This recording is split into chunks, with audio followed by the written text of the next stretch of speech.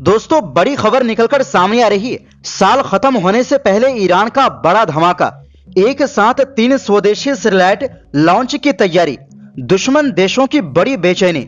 जानेंगे आखिर क्यों है खास। अगली खबर में आपको बताएंगे इजरायली विदेश मंत्री की चेतावनी, पश्चिमी देशों के यहूदी इजरायल आ जाओ, खतरे को नजरअंदाज मत करो।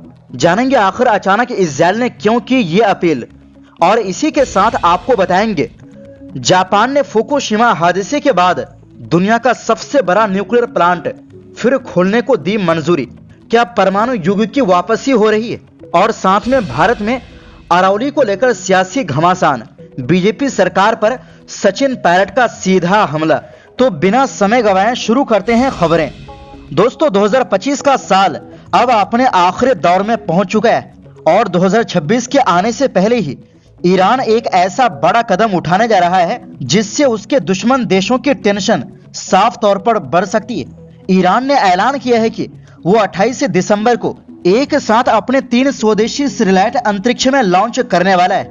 मतलब ये कोई मिसाइल प्रोग्राम नहीं है, लेकिन ये भी सच है कि इस प्रोग्राम से ईरान के दुश्मन देशों में डर है, क्योंकि उन्हें लगता है कि ईरान इसके जरिए परमाणु प्रोग्राम की तरफ बढ़ सकते हैं।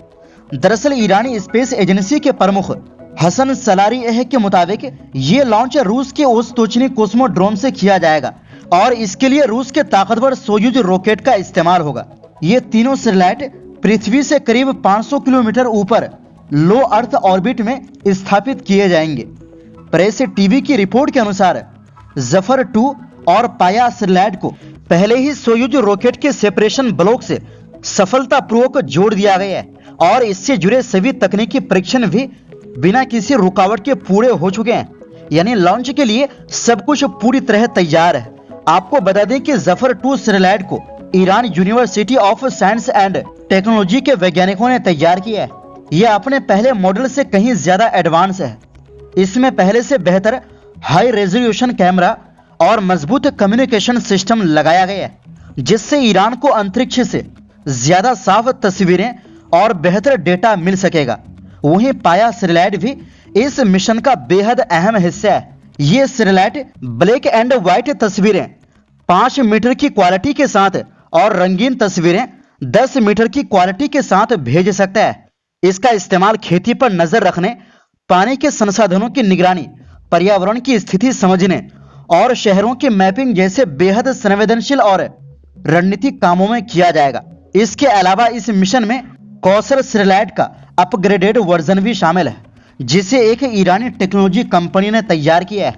ये एक एडवांस रिमोट सेंसिंग सैटेलाइट है जिसमें दोहरी क्षमता दी गई है। इसमें पुराने कौसर सैटेलाइट की निगरानी तकनीक के साथ साथ हुदहुद सैटेलाइट में इस्तेमाल की गई इंटरनेट ऑफ थिंग्स यानी IoT तकनीक को भी जोड़ा गया है।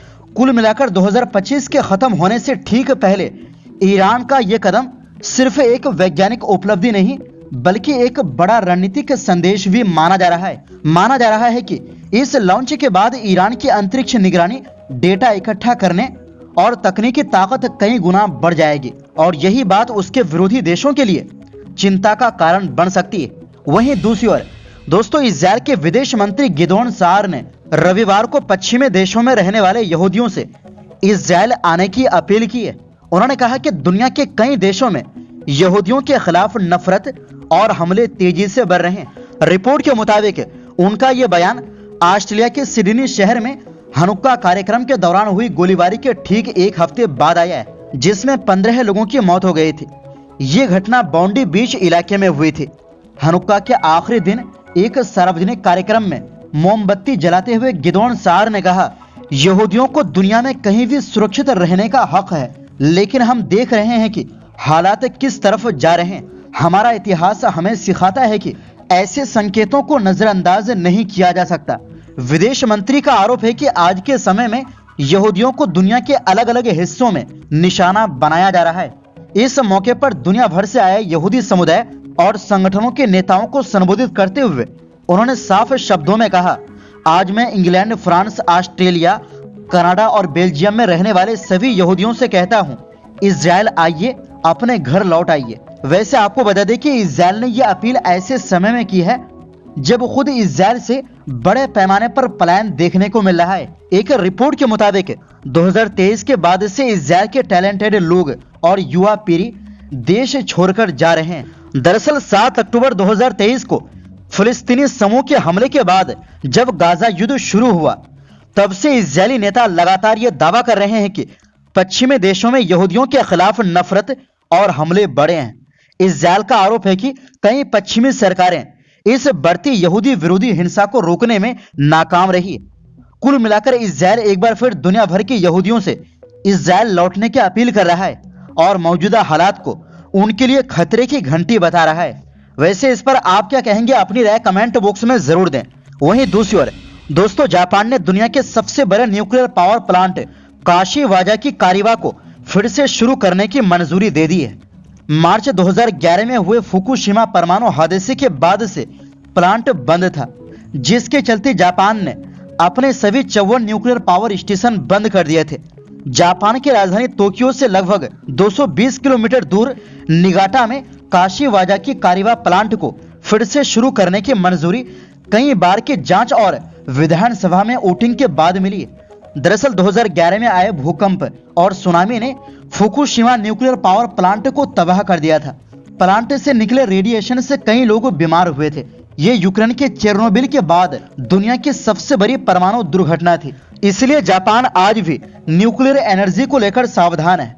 फुकुशिमा हादसे से पहले न्यूक्लियर प्लांट से जापान के 30% बिजली पैदा करते थे। हादसे के बाद जापान को महंगे इंपोर्टेड फॉसिल फ्यूल पर निर्भर होना पड़ा। वर्तमान में इंपोर्टेड फ्यूल से लगभग 60 से 70% बिजली बनती है।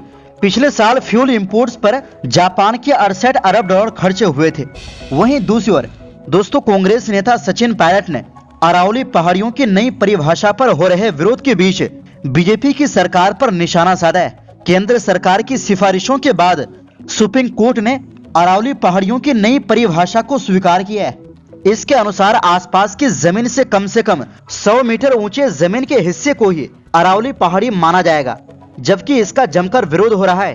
कर्नाटक के बेंगलुरु में अरावली के मुद्दे पर सचिन पायलट ने पत्रकारों से कहा, अरावली पर सरकार पूरी तरह बेनकाब हो गई। जिस दिशा की ओर वो बढ़ रहे हैं उससे स्पष्ट हो गया है कि हमारी जो अरावली पर्वत श्रृंखला है उसके प्रति उनकी कोई जिम्मेदारी नहीं है। अगर हम उसे नष्ट कर देंगे तो जवाबदेही किसकी होगी। आज चारों राज्यों में, गुजरात हो, राजस्थान, हरियाणा, दिल्ली, हर जगह बीजेपी की सरकार है। केंद्र में बीजेपी की सरकार है। अगर सरकार कोर्ट में जाकर उन बातों को मान रही है जिसका परिणाम अरावली के पूरी तरह से खात्मे की ओर बढ़ता है, उसका हम विरोध करते हैं। हम लोग 26 दिसंबर को जयपुर में मार्च निकालेंगे। हमारे छात्र संघ के जो साथी है वो यात्रा निकाल रहे हैं। सचिन पायलट ने पूछा कि अरावली में हो रहे अवैध खनन को रोकने की जिम्मेदारी किसकी है। दरअसल पर्यावरण विशेषज्ञों का कहना है कि अगर अरावली पहाड़ियों को सिर्फ उनकी ऊंचाई के आधार पर ही पहचाना गया तो कई ऐसी नीची पहाड़ियां जो भले ही झाड़ियों से ढकी हो लेकिन पर्यावरण के लिहाज से बहुत अहम है, वो खनन और निर्माण जैसी गतिविधियों से सुरक्षित नहीं रह पाएंगे। इससे अरावली का प्राकृतिक संतुलन बिगड़ने का खतरा बढ़ सकता है। तो दोस्तों, फिलहाल के लिए इस रिपोर्ट में बस इतना ही। फिर मिलते हैं एक नई रिपोर्ट्स के साथ। आपसे गुजारिश है, हमारी सपोर्ट के लिए वीडियो को लाइक और शेयर जरूर करें, क्योंकि आपकी सपोर्ट ही हमारी ताकत है। बहुत बहुत शुक्रिया।